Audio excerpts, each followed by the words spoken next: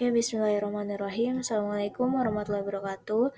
Selamat sore kepada Bapak Firdaus dan teman-teman semuanya. Kami dari kelompok 3 yang insya Allah akan mempresentasikan hasil diskusi kami mengenai menemukan research gap dalam penelitian ilmiah. Sebelum kami mulai kepada materi, izinkan untuk memperkenalkan anggota kelompok dari kelompok 3. Yang pertama ada Dia Aisyah Putri, kedua ada Askia Oya Rahma, kemudian ada Amalia Najiha, dan yang terakhir ada Rizky Febriansyah. Oke teman-teman, di sini ada pengertian research gap. Research gap adalah kesenjangan atau celah dalam penelitian yang menunjukkan adanya bagian dari suatu topik yang belum diteliti secara mendalam, belum dijelaskan secara tuntas, atau bisa dibilang masih memiliki perbedaan dari hasil penelitian tertentu. Research gap itu menjadi dasar penting dalam penelitian ilmiah karena dari sinilah peneliti itu dapat menemukan alasan mengapa penelitian baru itu perlu dilakukan. Dengan kata lain, research gap menunjukkan bahwa masih ada masalah, kekurangan, atau peluang pengembangan dari penelitian sebelumnya itu perlu dikaji lebih lanjut lagi. Research gap itu menjadi dasar penting dalam penelitian. Kenapa? Karena menunjukkan alasan mengapa penelitian baru itu perlu dilakukan dan bagaimana penelitian tersebut dapat memberikan kontribusi ilmiah. Research gap itu biasanya ditemukan melalui kajian literatur atau telaah terhadap penelitian-penelitian terdahulu.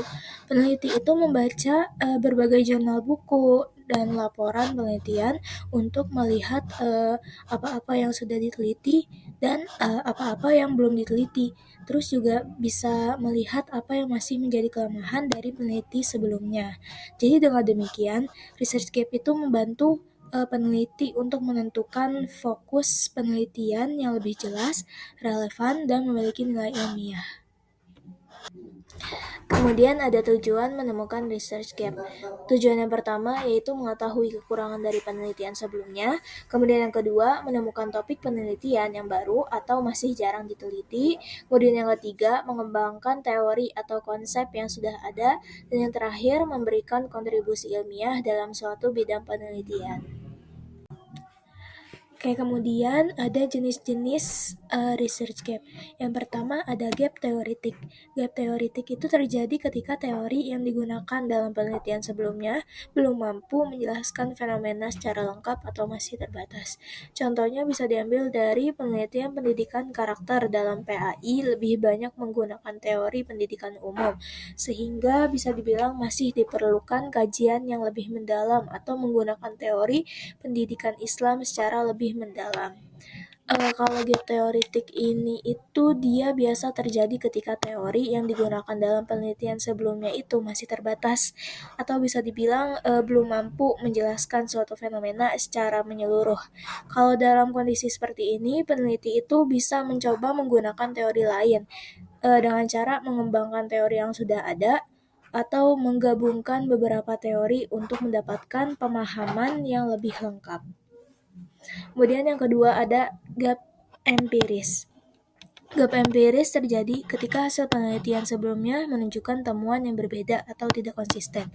Contohnya bisa diambil dari beberapa penelitian menunjukkan bahwa menggunakan teknologi dalam pembelajaran PAI dapat meningkatkan pemahaman siswa, tetapi penelitian lain menunjukkan hasil yang tidak signifikan. Jadi gap empiris itu muncul ketika hasil penelitian sebelumnya itu menunjukkan temuan yang berbeda atau enggak konsisten. Perbedaan hasil inilah yang menandakan bahwa suatu fenomena masih perlu diteliti kembali untuk mendapatkan pemahaman yang lebih akurat. Kemudian yang ketiga ada gap metodologis. Gap metodologis terjadi ketika penelitian sebelumnya itu menggunakan metode penelitian yang terbatas, sehingga masih ada peluang menggunakan metode lain. Contohnya bisa diambil dari sebagian penelitian pembelajaran PAI menggunakan metode kualitatif, sehingga penelitian dengan metode kuantitatif atau mixed method masih dapat dilakukan untuk memperkaya hasil penelitian. Jadi gap metodologis ini terjadi ketika penelitian sebelumnya itu menggunakan metode penelitian yang terbatas atau kurang beragam, sehingga masih terbuka peluang untuk menggunakan metode lain yang bisa menghasilkan pemahaman yang lebih komprehensif. Materi selanjutnya ada teknik membaca artikel jurnal secara kritis. Membaca secara kritis merupakan kegiatan membaca secara mendalam untuk memahami, menganalisis, dan menilai isi artikel ilmiah. Ada beberapa teknik untuk membaca secara kritis. Yang pertama, mengidentifikasi ide pokok dan tujuan penelitian. Yang kedua, memahami makna tersirat serta argumen penulis. Yang ketiga, menganalisis metode dan hasil penelitian yang disajikan. Dan yang terakhir, menilai kelebihan dan kekurangan dari isi artikel. Membaca secara kritis membantu pembaca memahami isi penelitian secara lebih mendalam dan objektif. Berikutnya, peran membaca secara kritis dalam menentukan riset gap. Melalui membaca kritis artikel jurnal, penelitian dapat menentukan riset gap atau celah penelitian yang masih perlu dikaji secara lebih lanjut. Dan berikut ada beberapa langkah-langkah untuk menemukan riset gap. Yang pertama, mengidentifikasi tesis atau masalah penelitian dalam artikel. Yang kedua, merangkum poin-poin penting dari penelitian sebelumnya. Yang ketiga, menelaah teori, konsep, dan hasil penelitian terdahulu. Yang keempat, menilai keterbatasan penelitian yang ada. Dan yang terakhir, menentukan peluang penelitian baru yang belum dibahas.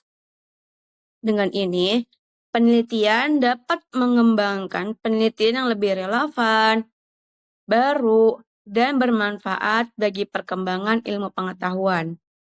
Di sini saya akan menjelaskan tentang penyusunan tabel sintesis penelitian terdahulu. Tabel sintesis adalah ringkasan dari beberapa jurnal yang disusun dalam bentuk kolom agar kita bisa membandingkan perbedaan antar penelitian secara cepat. Nah, ada dua poin yang harus kita perhatikan. Yang pertama itu komponen utama tabel. Nah, agar jelas, tabel minimal harus memiliki 5 kolom. Nah, 5 kolom itu yaitu pertama, nama dan tahun siapa penelitinya. Contoh, Budiman 2024. Nah, yang kedua ada judul, apa penelitiannya. Nah, yang ketiga, metode, bagaimana cara mereka meneliti. Dari kualitatif, kuantitatif, atau R&D, Research and Development, ada penelitian dan pengembangan. Nah, poin yang keempat, hasil atau temuan. Apa poin penting yang mereka temukan? Nah, yang kelima itu research gap.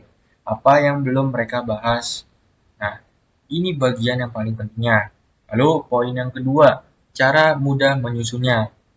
Nah, yang pertama itu cari jurnal, lalu dikumpulkan 3-5 jurnal dan topiknya itu mirip sama rencana penelitian.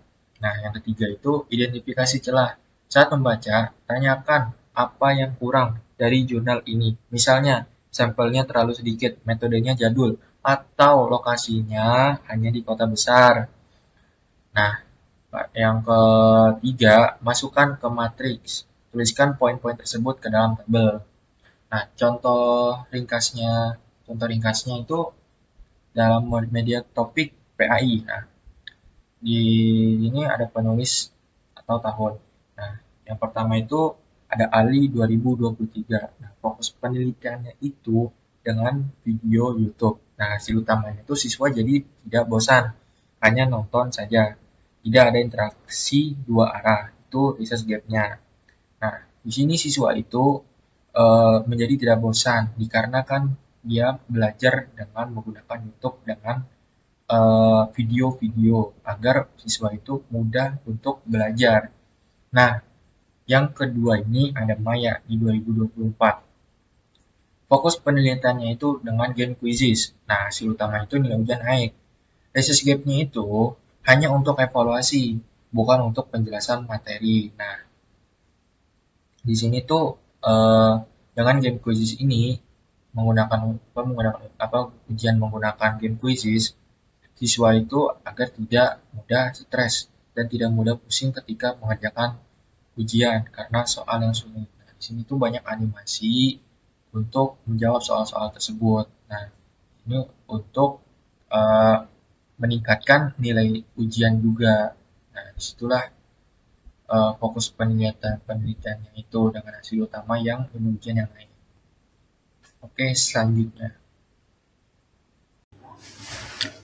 Baik, selanjutnya saya akan menjelaskan contoh identifikasi gap dalam bidang PAI. Yang pertama, kita harus tentukan bidang kajian PAI yang spesifik, yaitu pilih topik yang jelas dalam PAI, misalnya metode pembelajaran PAI, pendidikan, karakter Islami, media pembelajaran PAI, atau integrasi teknologi dalam PAI. Yang kedua adalah kumpulkan artikel jurnal yang terkait. Kita bisa cari dari beberapa jurnal yang relevan dengan topik PAI dari Google Scholar, Garuda, atau jurnal pendidikan Islam. Yang ketiga adalah baca bagian pendahuluan atau introduction. Perhatikan latar belakang masalah yang dijelaskan peneliti tentang pembelajaran PAI dan alasan penelitian tersebut dilakukan. Selanjutnya adalah baca bagian tinjauan pustaka atau literatur review. Lihat penelitian-penelitian sebelumnya tentang PAI untuk mengetahui teori dan hasil penelitian yang sudah ada. Selanjutnya kita baca bagian diskusi kesimpulan. Biasanya peneliti menyebutkan keterbatasan penelitian atau memberikan saran penelitian selanjutnya yang bisa menjadi petunjuk research gap. Selanjutnya, catat dan bandingkan temuan dari beberapa jurnal. Bandingkan hasil penelitian tentang pembelajaran PAI, misalnya perbedaan metode, media, atau hasil belajar siswa. Selanjutnya yang terakhir adalah rumuskan gap penelitian sendiri. Dari perbandingan tersebut, tentukan hal yang belum banyak diteliti. Misalnya, penelitian sebelumnya membahas metode ceramah dalam pembelajaran PAI. Namun, penelitian tentang penggunaan media digital untuk meningkatkan pemahaman nilai-nilai Islam pada siswa masih sangat berkurang.